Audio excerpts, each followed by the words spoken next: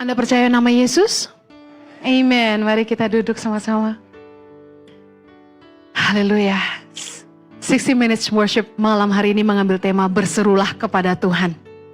Mazmur 30 ayat 9 berkata gini, "Kepadamu ya Tuhan, aku berseru dan kepada Tuhanku aku memohon." Kepada siapa Anda berseru malam hari ini? Berserulah kepada Tuhan. Karena hanya Dia yang sanggup menyelamatkan dan memberi kita kelegaan. Amen. Dalam Kisah Rasul 2 ayat 21 berkata, "Dan barang siapa yang berseru kepada nama Tuhan akan diselamatkan." Percayakah Anda kepada nama Yesus yang sanggup menyelamatkan kita? Namanya berkuasa. Namanya terlalu indah. Seringkali orang begitu gampang bilang Jesus. Mereka pakai kata itu dengan begitu mudah. Waktu mereka kaget, waktu mereka lagi main game, waktu mereka asal cuap aja. Anda sering nonton film, orang suka bilang Jesus sembarangan. Padahal tahukah Anda bahwa di dalam nama itu ada kuasa. Kuasa yang sanggup menyelamatkan kita. Amen. Dikatakan dalam Mazmur 118 ayat 5. Dalam kesesakan, aku telah berseru kepada Tuhan. Tuhan telah menjawab aku dengan memberi kelegaan. Saya percaya bahwa di dalam nama Tuhan, ketika kita udah gak sanggup lagi, kita udah gak kuat lagi, kita udah terlalu penat, terlalu penuh sesak dada kita dengan begitu banyak persoalan, Tuhan mau kita berseru dan memanggil Dia karena Dia sumber kelegaan kita. Amen. Saya pernah bilang bahwa di hidup saya tuh saya nggak bisa cerita sama siapapun gitu. Dan tiap kali saya udah penat banget, udah nggak tahu saya mesti bikin apa. Saya cuma bisa teriak, saya cuma bisa bilang, Lord help me, Tuhan tolong aku, help me Lord, Jesus help me. Saya cuma bisa berseru sama Tuhan. Dan Tuhan tuh selalu kasih kelegaan. Amen. Tahukah Anda bahwa kita tuh gak boleh berseru sama manusia. Karena manusia gak bisa apa-apa. Kita harus berseru kepada Bapa kita di sorga. Karena apa? Karena Tuhanlah sumber segalanya. Katakan Tuhan sumber segalanya. Saya ingat waktu hari Minggu lalu, saya lagi duduk di situ. Dan Roh Kudus kayak ingatin saya. Akulah sumber segalanya. Anda punya kebutuhan apa malam hari ini? Anda punya kerinduan apa dalam hidupmu? Ketahuilah bahwa Tuhanlah sumber segalanya. Bukan manusia. Mari katakan dengan sungguh-sungguh. Tuhan, Engkau sumber segalanya. Engkaulah sumber segalanya Tuhan. Apapun yang kita butuhkan, kita bisa dapatkan dari Tuhan. Saya akan bacakan kebenaran firman Tuhan dan saya rindu Anda jawab dengan kata amin. Amen. Dalam 2 Korintus 1 ayat 3. Tuhan sumber penghiburan. Dalam 1 Petrus 5 ayat 10 dikatakan Tuhanlah sumber segala kasih karunia. Dalam Roma 15 ayat 5 dikatakan Tuhan sumber ketekunan dan penghiburan kita. Dalam Roma 15 ayat 13 dikatakan Tuhan sumber pengharapan. Dalam Roma 15 ayat 33 dikatakan Tuhan sumber damai sejahtera. Dalam Mazmur 118 ayat 14 dikatakan Tuhan sumber kekuatan dan keselamatan kita. Katakan amin. Anda punya kerinduan apa malam hari ini? Saya ingin Anda dengan iman memintanya kepada Tuhan malam ini. Apapun yang kita rindukan, mari berseru kepada Tuhan. Mungkin ada yang malam hari ini, Anda yang mengikuti ibadah ini secara online maupun Anda yang onsite di sini. Anda rindu punya keturunan. Saya nggak tahu Anda sudah nikah berapa lama, saya bisa paham betapa engkau sangat merindukan keturunan. Saya bisa merasakan tekanan-tekanan para wanita yang sudah menikah, tapi belum dikaruniai anak. Tekanan dari masyarakat, tekanan dari sekeliling, tekanan dari mertua, orang tua. Saya mau katakan gini, anak itu upah dari Tuhan. Amen. Saya akan bacakan ayatnya. Mazmur 127 ayat ketiga. Buah kandungan adalah suatu upah. Anda gak perlu khawatir kalau memang upah itu adalah anak. Mungkin ada orang-orang yang Tuhan gak kasih kamu upah anak. Tapi saya percaya bahwa Tuhan kasih upah yang lain. Mungkin Tuhan kasih upah anak-anak rohani. Anak-anak mungkin yang bukan lahir dari kandunganmu, tapi Tuhan berikan dalam hidupmu. Mari mengucap syukur sama Tuhan. Minta sama Tuhan, tapi kalau Tuhan gak kasih gak usah kecewa. Karena anak itu dari Tuhan. Amen. Kalau Tuhan gak kasih berarti bukan itu yang Tuhan mau buat kita. Saya percaya banyak orang yang gak punya anak secara biologis, tapi Tuhan mengaruniakan anak-anak rohani dalam hidupnya. Saya sangat bersyukur kalau dalam hidup saya, Tuhan memberikan anak-anak secara biologis dan juga anak-anak secara rohani. Anak adalah upah dari Tuhan. Anda yang rindu punya keturunan malam hari ini berseru sama Tuhan. Pasangan hidup adalah pemberian Tuhan, katakan amin.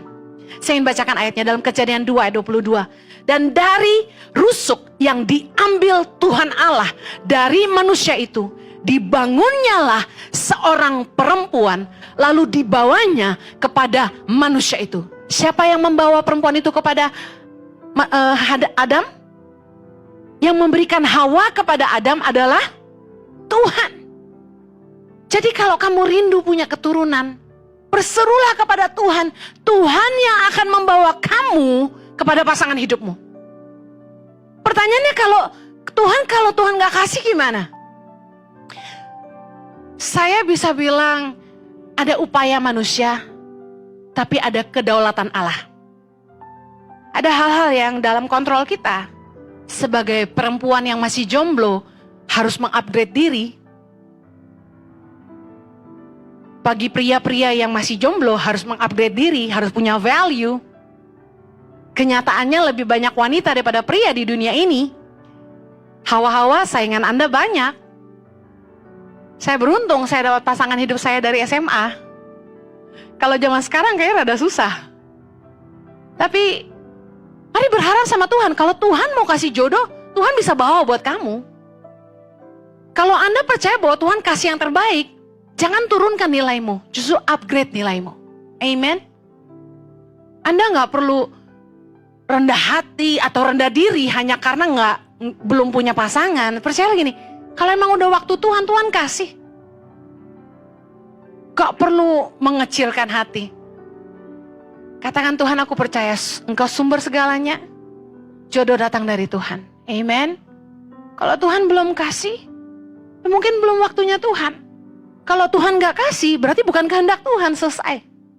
Santai aja. Saya ngomong ulang-ulang. Yang nikah belum tentu bahagia kok. Jadi kalau Tuhan mau kasih, Dia pasti kasih. Berseru sama Tuhan karena Dia sumber segalanya. Yang terakhir, Anda yang bilang, Tuhan, aku butuh uang. Engkau mungkin butuh untuk bayar hutang.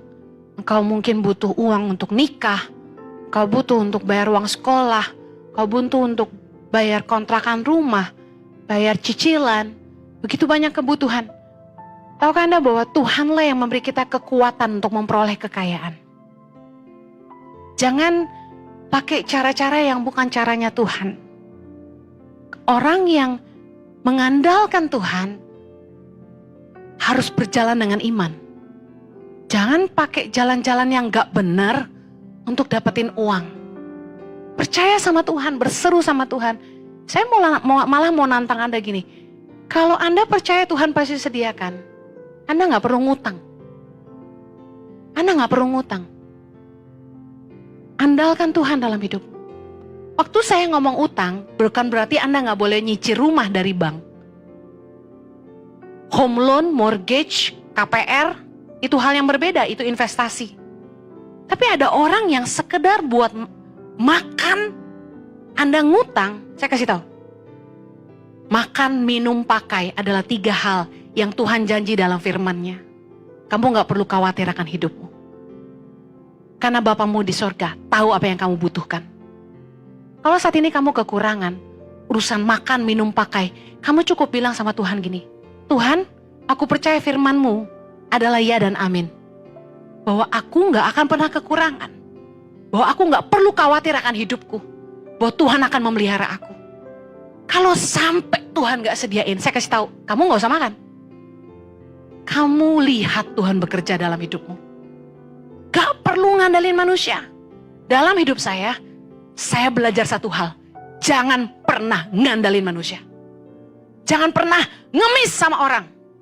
Jangan pernah minta-minta. Andalkan Tuhan. Gak perlu bawa kisah-kisah sedihmu di depan orang supaya orang nolong kamu. Itu malu-maluin Tuhan. Justru saksikan betapa Tuhan ajaib dalam hidupmu. Bahwa Dia sanggup mencukupi segala kebutuhanmu. Amin. Saya kasih tahu, kalau Tuhan kasih kamu hidup, hidup ini layak diperjuangkan. Kamu harus kerja keras. Saya ngomong sebagai orang yang bekerja keras. Saya nggak pernah kenal lelah sejak saya muda. Saya kerja keras. Saya percaya orang yang ngandalin Tuhan bukanlah orang yang cuma mau leha-leha, tapi orang-orang yang mau berusaha. Saya buktikan dalam hidup saya nggak pernah kekurangan. Saya nggak pernah ngandelin orang tua saya. Saya nggak pernah ngandelin siapapun. Saya cuma ngandelin Tuhan. Sorry, banyak wanita nikah dan ngandelin suaminya. Saya nggak pernah ngandelin suami saya. Saya ngandelin Tuhan, satu-satunya Bapa yang penyedia dalam hidup saya. Saya nggak pernah lihat Tuhan mengecewakan saya. Jadi kalau hari ini Anda kekurangan, beranikah Anda percaya bahwa Dia sumber segala-galanya? Saya akan akhiri. Filipi 4 ayat 19. Allahku akan memenuhi segala keperluanmu menurut kekayaan dan kemuliaannya dalam Kristus Yesus. Percayakah engkau bahwa Tuhan sanggup memenuhi segala kebutuhanmu? Yeremia 17 ayat 5 berkata gini. Terkutuklah orang yang mengandalkan manusia, yang mengandalkan kekuatannya sendiri, dan yang hatinya menjauh daripada Tuhan. Ayat ke-7 bilang, diberkatilah orang yang mengandalkan Tuhan, yang menaruh harapannya pada Tuhan. Dalam hidup saya, hal pertama yang Tuhan ajarkan waktu Tuhan memanggil saya adalah mengandalkan Tuhan. Hal pertama sekali yang Tuhan jadikan fondasi dalam pelayanan kami adalah sungguh-sungguh mengandalkan Tuhan dan bukan manusia. Saya percaya bahwa kita harus menjadikan Tuhan satu-satunya penolong dalam hidup kita. Kita nggak boleh ngandelin manusia, nggak boleh ngandelin kekuatan sendiri. Karena firman Tuhan tadi bilang terkutuklah orang yang mengandalkan manusia, terkutuklah orang yang mengandalkan kekuatannya, tapi diberkatilah orang yang mengandalkan Tuhan. Amen. Tadi waktu saya merenung Tuhan apa yang saya mau bagiin malam hari ini. Dari pagi langsung lagu tentang Tuhan adalah penolongku tuh yang terngiang-ngiang di telinga saya. Bahwa Tuhan adalah satu-satunya penolong dalam hidupku. Amen. Katakan sama-sama saya, Tuhan satu-satunya penolong dalam hidupku. Mazmur 146, judul perikopnya, hanya Allah satu-satunya penolong. Ayat ketiga bilang gini, janganlah percaya kepada para bangsawan, kepada anak manusia yang tidak dapat memberikan keselamatan. Apabila nyawanya melayang, ia kembali ke tanah. Pada hari itu juga lenyaplah maksud-maksudnya. Jangan mengandalkan manusia. Bangsawan bicara pejabat, orang kaya. Jangan pernah ngandalin pejabat. Jangan bangga kalau Anda kenal pejabat. Seringkali kita dengar, orang suka membanggakan, kamu gak tahu saya siapa? Kamu gak tahu saya punya orang kuat?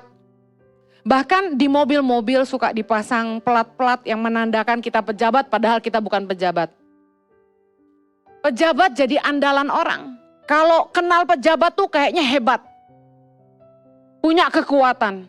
Saya pernah ditanya, Bu Heni kenal pejabat? Enggak, saya bilang. Saya punya pejabat di atas segala pejabat. Itu Tuhan. Amen.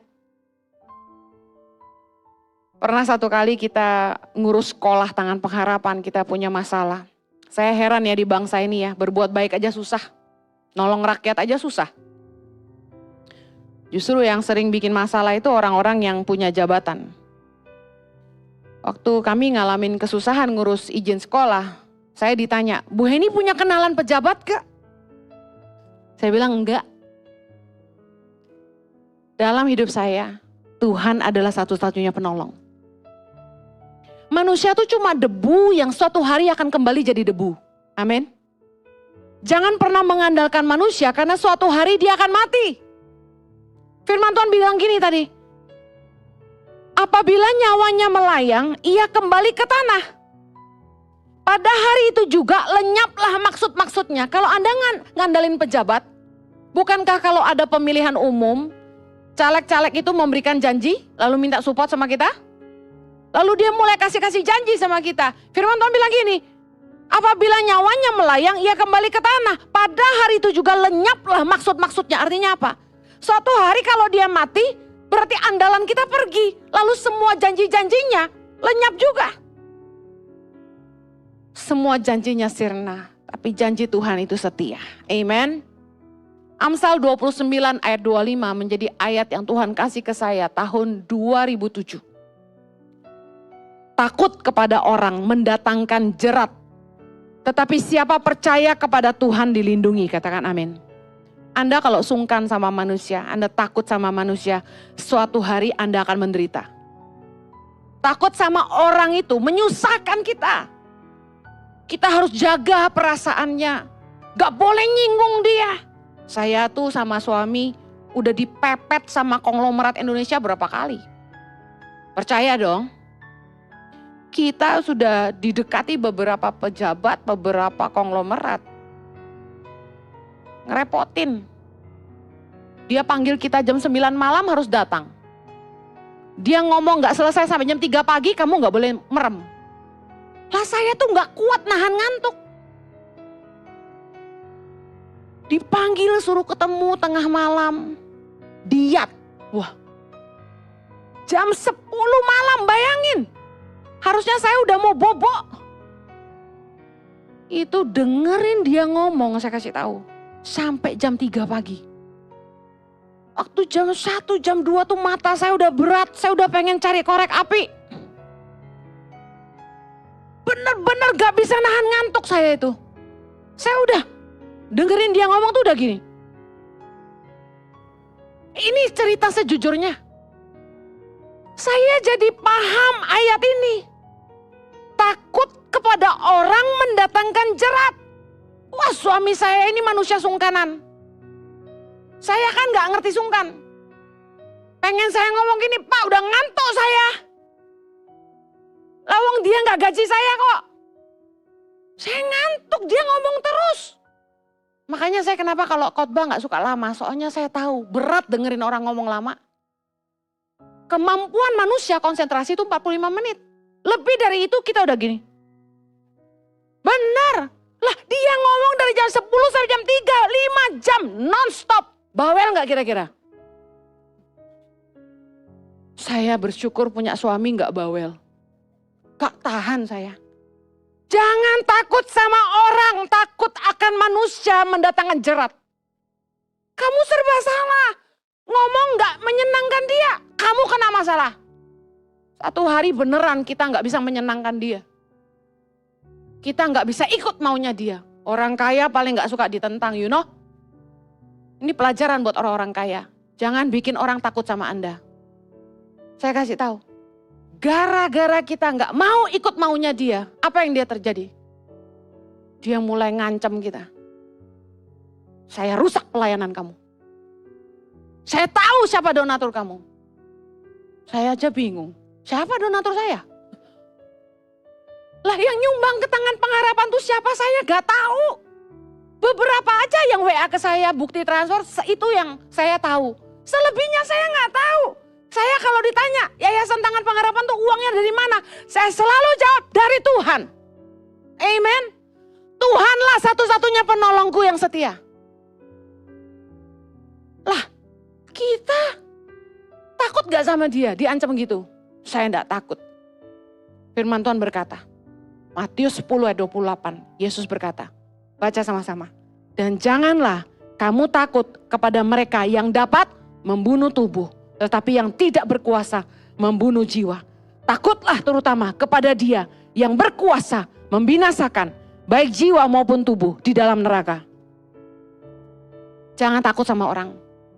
Manusia itu cuma debu yang suatu hari akan mati. Takutlah akan Tuhan. Amen. Tuhan yang berkuasa membinasakan baik jiwa maupun tubuh. Kita sering gak takut. Buktinya Anda lebih takut istri daripada Tuhan. Ya kan? Demi aman bohongin istri kan? Padahal bohong itu dosa. Anda lebih takut sama bos daripada takut sama Tuhan. Berani nyuri, gak takut sama Tuhan. Kita ini seringkali lebih takut manusia daripada takut Tuhan. Padahal apa sih manusia? Manusia cuma bisa bunuh tubuh kita. Tapi Tuhan berkuasa membunuh jiwa. Yesaya 31. Kita baca ayat 1 dan 3. Sama-sama yuk. Celakalah orang-orang yang pergi ke Mesir minta pertolongan. Yang mengandalkan kuda-kuda. Yang percaya kepada keretanya yang begitu banyak. Dan kepada pasukan berkuda yang begitu besar jumlahnya. Tapi tidak memandang kepada yang Maha Kudus, Allah Israel, dan tidak mencari Tuhan. Ayat 3. Sebab orang Mesir adalah manusia, bukanlah Allah. Dan kuda-kuda mereka adalah makhluk yang lemah, bukan roh yang berkuasa. Apabila Tuhan mengacungkan tangannya, tergelincirlah yang membantu, dan jatuhlah yang dibantu. Dan mereka sekaliannya habis binasa bersama-sama. Anda kalau renungkan ayat ini pelan-pelan, pengertiannya sangat dalam. Apabila Tuhan mengacungkan tangannya, tergelincirlah yang membantu dan yang dibantu. Wow.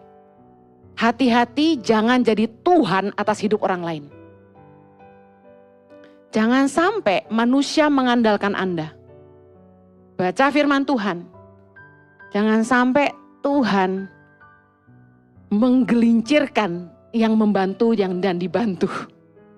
Kalau bukan atas kehendak Tuhan, kita cari pertolongan manusia. Saya kasih tahu, yang bantu disusahin, yang dibantu juga susah.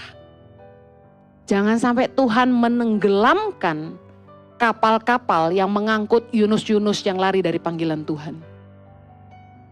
Satu hari ada teman pengusaha, orang kaya, bilang gini sama saya. Udah kita bisnis aja Hen, lu bantuin gua. Kamu kan punya crowd, punya follower. Udah kita bisnis aja, lu bantuin gua jualan. Saya langsung senyum. Pak, kalau Bapak bisnis sama saya kasih tahu, siap bangkrut gak? Kaget dia, kok bangkrut? Bapak pikir saya pinter ngomong, pinter jualan. Saya ini punya nasar sama Tuhan. Wih, kaget dia. Apa nasarnya? Saya minta Tuhan selamatin keluarga saya, kalau keluarga saya selamat saya serahkan hidup saya. Saya udah barter sama Tuhan. Lah saya ini udah gak boleh kerja Pak. Saya gak boleh dagang. Saya kalau bisnis apapun gak jalan, saya kasih tahu. Giliran saya nolong orang, jalan. Bikin kaos, bikin batik, jalan. Karena apa? Untungnya bukan buat saya, tapi buat sekolahin 7.500 anak-anak di seluruh Indonesia. Tapi yang saya jualan buat saya sendiri, gak laku. Bapak mau saya keluar dari panggilan, saya gak pegang nasar, saya masuk bisnis sama Bapak bangkrut loh. Gak jadi, dia bilang. Jangan bikin orang jadi Yunus. Yang membantu dan yang dibantu tergelincir. Bisa paham firman Tuhan. Jangan jadi Tuhan atas hidup orang lain. Kita lihat ayat pertama tadi. Celakalah orang-orang yang pergi ke Mesir minta pertolongan. Yang mengandalkan kuda-kuda. Yang percaya kepada keretanya yang begitu banyak. Dengar. Jangan mengandalkan Mesir dan kuda. Apa artinya Mesir? Mesir adalah orang-orang dunia yang di masa lalu pernah memperkaya kita. Mesir bicara masa lalu. Teman-teman yang pernah bisnis sebareng kita. Yang pernah ngasih kangtau sama kita. Ketika kita masih hidup di dalam dosa. Ketika kita ikut Tuhan. Mungkin kayaknya rezeki seret ya. Ada yang ngomong sama saya. Kok bisa ya? Ikut Tuhan malah jadi miskin katanya gitu. Saya bilang gini, bukan. Kamu tuh dulu waktu belum ikut Tuhan, kamu kaya karena setan. Karena kamu ninggalin setan, setan ambil balik semuanya. Dengar, kita bukan jadi miskin, kita lagi dibersihin. Amen. Supaya hati kita dimurniin sama Tuhan. Sabar, tunggu waktu Tuhan. Sebenarnya yang Tuhan lagi cuci itu hati kita ini loh supaya bersih. Jangan cinta uang, jangan ngandelin harta, jangan cari kekayaan dari perkara-perkara yang tidak berkenan kepada Allah. Mesir bicara orang-orang di masa lalu yang pernah membantu kita jadi kaya tapi dengan cara-cara yang tidak berkenan sama Allah. Kuda adalah lambang kekuatan. Makanya Ferrari lambangnya kuda. Kuda ini kekuatan dan kecepatan. Kuda itu lambang kekuatan, andalan kita yang membuat kita lari cepat dan kaya. Ayo, jangan pengen cepat kaya, nanti kamu celaka. Jangan ngandelin kuda-kudamu. Orang-orang yang ngandelin harta yang banyak, ini bicara kuda dan Mesir. Mazmur 33 ayat 16, kita lihat. Seorang raja tidak akan selamat oleh besarnya kuasa. Seorang pahlawan tidak akan tertolong oleh besarnya kekuatan. Kuda adalah harapan sia-sia untuk mencapai kemenangan. Yang sekalipun besar ketangkasannya tidak dapat memberi keluputan. Raja bicara kekayaan dan kekuasaan. Tidak bisa menyelamatkan. Amen. Waktu pandemi datang, seluruh dunia kena. Seluruh dunia punya masalah. Apakah raja-raja berkuasa untuk menyelamatkan? Sama sekali tidak. Pahlawan bicara apa? Pahlawan bicara orang-orang yang pikir dia udah berjasa. Orang-orang yang punya nama besar. Tidak bisa menolong kita, kata firman Tuhan. Pahlawan tidak akan tertolong oleh besarnya kekuatan. Dengar baik, jangan mengandalkan kekayaan, kekuasaan, nama besar dan kekuatan kita. Tuhan adalah satu-satunya penolong kita, katakan amin. Mazmur 124 ayat 8. Pertolongan kita adalah dalam nama Tuhan yang menjadikan langit dan bumi. Saya akhiri. Hiduplah takut akan Tuhan. Berharaplah kepada kasih setianya. Orang yang mengandalkan Tuhan itu pasti mengharapkan Tuhan yang menolong dia. Mazmur 33 ayat terakhir dari saya. Ayat 18. Sesungguhnya mata Tuhan tertuju kepada siapa? Mereka yang takut akan Dia. Kepada mereka yang berharap akan kasih setianya. Untuk melepaskan jiwa mereka daripada maut. Dan memelihara hidup mereka pada masa kelaparan. Ayat 20. Jiwa kita menanti-nantikan Tuhan. Dialah penolong kita dan perisai kita. Ya karena Dia hati kita bersuka cita. Sebab kepada namanya yang kudus kita percaya. Pejamkan matamu. Ayo kamu yang sedang diambang maut mungkin. Kamu mungkin yang sedang menghadapi masa-masa kelaparan. Masa susah. Tuhan satu-satunya alasan kita hidup. Amen. Dialah pemilik hidup kita. Dialah pemilik nafas kita. Saya rindu bahwa setiap kita bisa menyadari bahwa gak ada yang kita bisa berikan buat Tuhan selain daripada hati kita, hidup kita. Saya selalu doa dari dulu supaya Tuhan pakai saya. Jadi berkat buat banyak orang. Saya selalu doa, Tuhan pakai saya. Kalau Tuhan bisa pakai apa aja, Tuhan bisa pakai saya. Dan malam hari ini saya ingin share. Banyak sekali jemaat itu yang selalu mengejar pendeta, selalu mengejar hamba Tuhan. Padahal sesungguhnya Tuhan bisa pakai siapa saja dan Tuhan bisa pakai apa saja.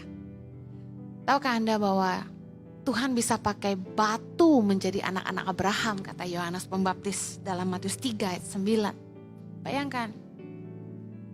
Yohanes bilang gini, janganlah mengira bahwa kamu dapat berkata dalam hatimu Abraham adalah bapa kami, karena aku berkata kepadamu Allah dapat menjadikan anak-anak bagi Abraham dari batu-batu ini. Tuhan itu bisa pakai apa aja. Kemudian tahukah Anda bahwa Tuhan itu pakai keledai untuk membuat Bileam bertobat, berbalik. Tuhan membuka mata keledai Bileam waktu Bileam dalam perjalanannya menemui Raja Balak. Dia diberikan iming-iming upah. Asalkan dia mengutuk bangsa Israel. Dan Tuhan tidak berkenan. Dan Tuhan buka mata keledai Bileam untuk melihat ada malaikat di depan yang menghunuskan pedangnya hendak membunuh Bileam. Dan keledainya dipakai Tuhan untuk menyelamatkan Bileam sampai 3 kali Meskipun ketiga kali itu Bileam memukul keledainya. Dan pada ketiga kali ketika Bileam pukul keledainya, Tuhan membuka mulutnya dan Bileam bertobat.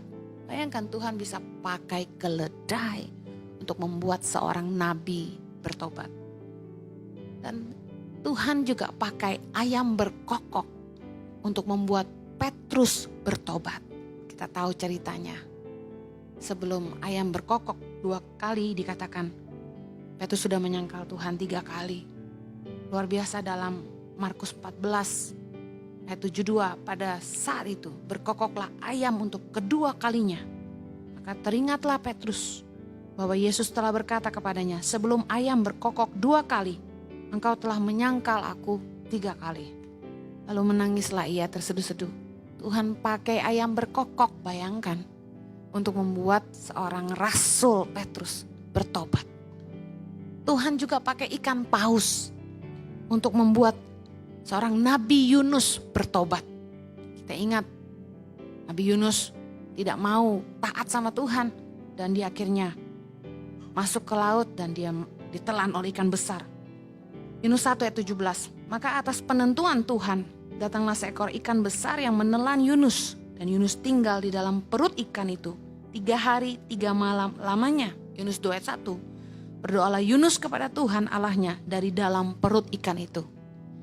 Ikan besar, kita nggak tahu apakah itu paus, tapi kita selalu bilang itu ikan paus, tapi dikatakan firman Tuhan ikan besar. Dipakai oleh Tuhan untuk membuat seorang Nabi Yunus bertobat. Ada lagi, Yesus memakai keledai untuk mengantarnya masuk Yerusalem ketika mereka mengeluh-ngeluhkan Yesus. Ingat dalam Markus 11, Yesus dielulukan di Yerusalem. Saya ingin baca ayat ini karena ada kata-kata Yesus yang keren sekali. Markus 11 ayat 1. Ketika Yesus dan murid-muridnya telah dekat Yerusalem, dekat Betfage dan Betania yang terletak di Bukit Zaitun, Yesus menyuruh 2 orang muridnya dengan pesan, pergilah ke kampung yang di depanmu itu. Dengan pesan, pada waktu kamu masuk di situ, kamu akan segera menemukan seekor keledai muda tertambat yang belum pernah ditunggangi orang. Lepaskan keledai itu dan bawalah kemari. Ayat ketiga. Dan jika ada orang mengatakan kepadamu, perhatikan ini, mengapa kamu lakukan itu? Jawablah, Tuhan memerlukannya. Ia akan segera mengembalikannya ke sini. Lalu mereka di ayat ke-7, lalu mereka membawa keledai itu kepada Yesus dan mengalasinya dengan pakaian mereka. Kemudian Yesus naik ke atasnya. Banyak orang yang menghamparkan pakaiannya di jalan. Ada pula yang menyebarkan ranting-ranting hijau yang mereka ambil dari ladang. Ayat 9, orang-orang yang berjalan di depan dan mereka yang mengikuti dari belakang berseru, Hosana, diberkatilah dia yang datang dalam nama Tuhan. Diberkatilah kerajaan yang datang, kerajaan Bapa kita Daud.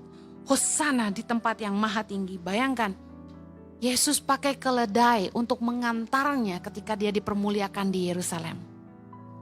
Dikatakan Yesus memerlukannya.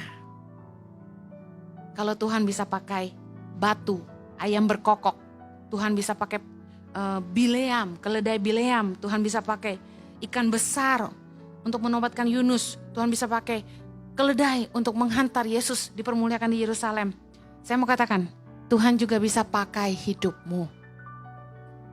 Kalau ada yang sakit di hadapan Anda saat ini, ingat, Tuhan bisa pakai hidupmu. Kamu tidak perlu panik cari hamba Tuhan. Oleskan minyak, doa, bilang sama Tuhan, Tuhan minyak ini minyak biasa. Tapi aku percaya dengan kuasa-Mu, seperti firman-Mu. Ketika kami mengoleskan minyak pada orang sakit, mereka disembuhkan oleh bilur-bilur kuasa darah-Mu. Asalkan dengan iman dan dengan kepercayaan kita mendoakannya. Dan tidak bimbang hati kita, Tuhan pasti menjawab doa kita. Mari doakan orang-orang di sekitarmu. Tidak perlu lari sana sini cari hamba Tuhan. Tidak perlu konseling telepon sana sini cari hamba Tuhan. Tuhan bisa pakai apa saja. Tuhan bisa pakai siapa saja. Kalau Tuhan bisa pakai batu, Tuhan bisa pakai keledai, ayam berkokok, ikan besar. Tuhan bisa pakai hidupmu juga. Amen. Tahukah Anda bahwa Tuhan itu senang memakai orang-orang yang merasa dirinya tidak berarti. Tuhan senang memakai orang-orang yang merasa dirinya tidak berharga. Orang-orang yang dibuang. Tuhan senang pakai hidup mereka. Tahukah Anda bahwa bahkan apabila Anda lahir dengan cacat tubuh, disabilitas, Tuhan bisa pakai hidupmu. Dalam Yohanes 9, orang buta yang sejak lahirnya. Ketika Yesus lewat di ayat yang pertama, Yohanes 9 ayat pertama, waktu Yesus sedang lewat, ia melihat seorang buta sejak lahirnya. Murid-muridnya bertanya kepadanya, "Rabi, siapakah yang berbuat dosa, orang ini sendiri atau orang tuanya, sehingga ia dilahirkan buta?"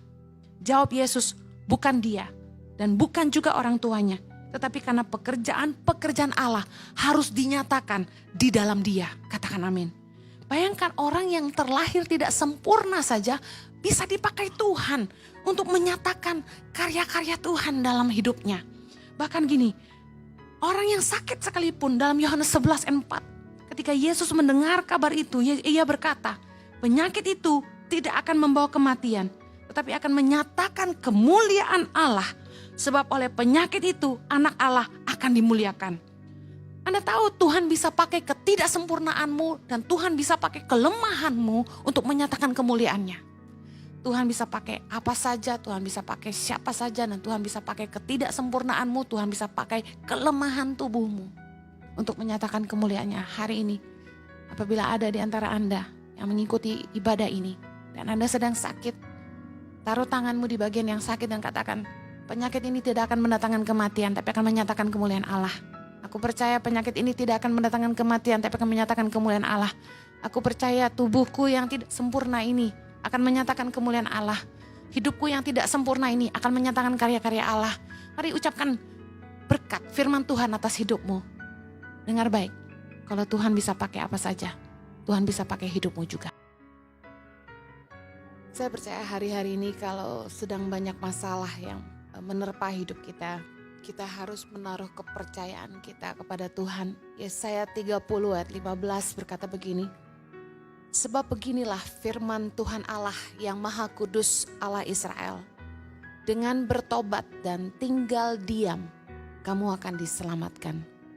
Dalam tinggal tenang dan percaya, terletak kekuatanmu, tetapi kamu enggan. Waktu masalah datang menerpa kita, kita harus selalu periksa apakah masalah terjadi karena kesalahan kita.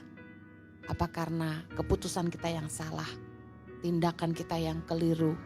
Apakah karena kita pakai cara-cara dunia bukan cara-cara Allah. Hanya firman Tuhan katakan dengan bertobat dan tinggal diam, kamu akan diselamatkan. Kalau kita tahu masalah itu muncul karena kesalahan kita, keputusan kita yang salah, mari bertobat sungguh-sungguh. Mari datang sama Tuhan dan minta pertolongan Tuhan. Berbalik dari jalan-jalan kita yang salah dan minta Tuhan ikut campur tangan untuk menolong kita. Dikatakan dalam tinggal tenang dan percaya terletak kekuatanmu. Kalau kita sudah lakukan menurut firman Tuhan, kita sudah ikut cara-cara yang benar sesuai dengan hukum yang ada, tapi masalah tetap datang dalam hidup kita, apa yang kita lakukan?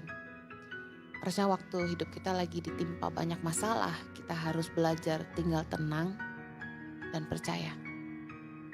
Di situ terletak kekuatan, kata firman Tuhan. Ambil waktu buat diam, ambil waktu untuk mendengar Tuhan. Kalau kita sibuk cari jalan sendiri, sibuk lakukan ini dan itu, berusaha mencari cara untuk menyelesaikan masalah kita dengan kekuatan kita, dengan kepandaian kita, kita akan capek dan kita akan frustasi karena masalah kita nggak selesai. Firman Tuhan bilang gini, dengan tinggal tenang dan percaya terletak kekuatan. Apa maksudnya? Waktu kita tuh panik, kita ngelihat masalah tuh begitu besar, kita jadi takut. Tapi kalau kita tinggal tenang, kita datang sama Tuhan, kita percaya Tuhan pasti tolong kita. Kita akan melihat Tuhan lebih besar dari masalah kita. Bahwa gak ada yang mustahil bagi Tuhan. Bahwa Tuhan sanggup melakukan segala sesuatu. Satu kali saya pernah pagi-pagi dibangunkan Tuhan dan Tuhan bilang gini, manusia itu banyak keinginan dan mereka ngikutin hawa nafsu mereka sendiri. Mereka cari jalan sesuai dengan kemauan mereka, lalu mereka ditimpa banyak masalah. They learn the hard ways. Lalu saya bilang sama Tuhan, Tuhan, kan gak semua orang bisa dengar Tuhan. Tapi Tuhan bilang gini, bisa. Semua orang bisa mendengar Tuhan. Tuhan ingatkan saya bahwa sebelum kita kenal Tuhan pun ada hati nurani. Ada suara yang kecil yang mengajar kita tentang apa yang baik, apa yang buruk. Tuhan bilang gini sama saya, kalau kamu bisa, semua orang bisa. Tuhan bilang gini, kalau orang tuh mau belajar mencari Tuhan, untuk mereka mengerti kehendak Tuhan dalam hidup mereka, mereka mau mengerti jalan-jalan Tuhan, asalkan mereka mau belajar duduk diam di bawah kaki Tuhan, mereka akan bisa mendengar Tuhan. Masalahnya gak banyak yang mau ambil waktu untuk diam. Kita buru-buru dan kita maunya ngomong apa yang kita mau. Mari ambil waktu, kalau berdoa jangan melulu bicara, tapi izinkan Roh Allah mengajar kita. Ambil waktu tenang dan bilang sama Tuhan, berbicaralah ya Abah, aku mendengar. Nyatakanlah isi hatimu, bicaralah yang kau mau. Jadi saya selalu ngomong gitu sama Tuhan. Bahkan kalau saya doa gak banyak permintaan. Saya hanya datang sama Tuhan dan bilang, Tuhan berbicaralah. Ambil waktu diam dalam hadiratnya dan izinkan dia bicara. Mungkin 1 kali belum dengar, nanti datang lagi. Seperti Daniel 1 hari 3 kali. Kalau ada orang bertanya sama saya, apakah Bu Heni kalau doa 3 jam? Saya akan jawab, saya tidak doa 3 jam tapi saya berdoa setiap jam. Bertanya Tuhan, kapan saja saya bisa? Lagi nyetir mobil, lagi masak, lagi duduk, lagi apa saja, lagi rebahan. Selalu ingat Tuhan dan tanya, show me what you want, Lord. Put your mind in my mind. Taruh pikiranmu dalam pikiranku. Put your desire in my heart. Taruh kerinduanmu di hatiku. And let me do your will. Saya suka doa gitu. Mari jangan ngandalin kekuatan sendiri. Mari belajar bergantung sama Tuhan. Orang yang bergantung sama Tuhan pasti punya waktu untuk cari Tuhan. Seperti sangat desperate. Seperti butuh Tuhan tuh gini. Tuhan, kalau Tuhan gak ngomong, saya gak tahu saya mesti gimana nih. Kayak saya gitu, kalau udah mau siapin firman Tuhan buat khotbah, saya stresnya luar biasa. Saya akan selalu ngomong gitu, Tuhan ngomong dong. Kalau Tuhan gak ngomong, saya gak tahu mau khotbah apa nih. Yeremia 17 ayat 5 bilang gini, beginilah firman Tuhan, terkutuklah orang yang mengandalkan manusia, yang mengandalkan kekuatannya sendiri, dan yang hatinya menjauh daripada Tuhan. Ayat ke-7 berkata, diberkatilah orang yang mengandalkan Tuhan, yang menaruh harapannya pada Tuhan. Apakah hari ini Anda mengandalkan manusia, kekuatanmu, atau Anda mengandalkan Tuhan? Orang kalau mau jalannya terbuka, mereka opsinya selalu cari orang besar, cari pejabat, cari polisi, cari tentara, cari pertolongan dari manusia, cari bangsawan. Mari belajar ngandalin Tuhan. Jangan sibuk cari jalan sendiri. Belajar ngandalin Tuhan, diberkatilah orang yang mengandalkan Tuhan. Saya berusaha lakukan apapun tuh ngandalin Tuhan. Waktu kami gak punya uang cukup di tangan pengharapan, saya datang sama Tuhan dan bilang gini, Tuhan, kalau uangnya gak cukup, saya gak bisa kirim uang makan buat anak-anak.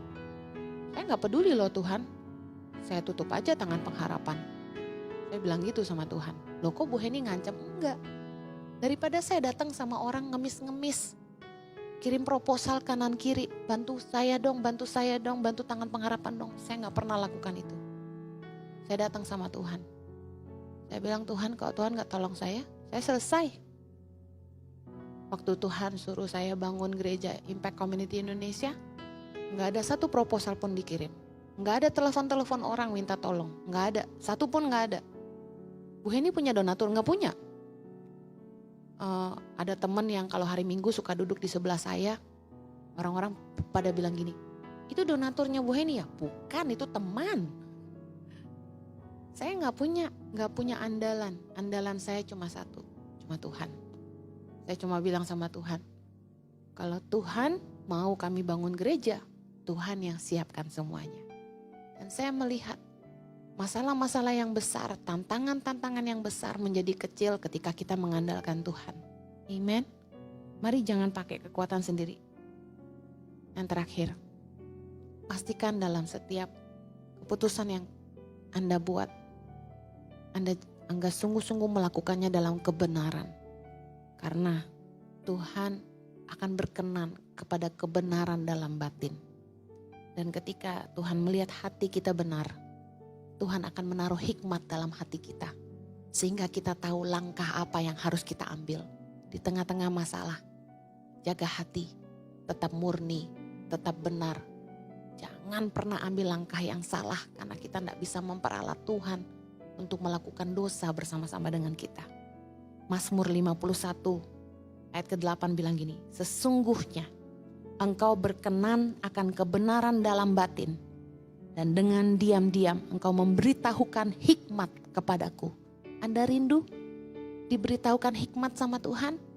Kuncinya satu, jaga hati, selalu tulus, selalu murni, selalu benar. Orang yang hatinya benar, ada kebenaran di dalam batinnya. Batin tidak menuduh kita. Kalau kita buat salah pasti batin menuduh kita. Tuhan akan berbicara kepadamu. Sehingga kamu menerima hikmat yang dari Tuhan. Mari kita datang lagi sama-sama. Dan minta pertolongan Tuhan, andalkan Dia. Amen.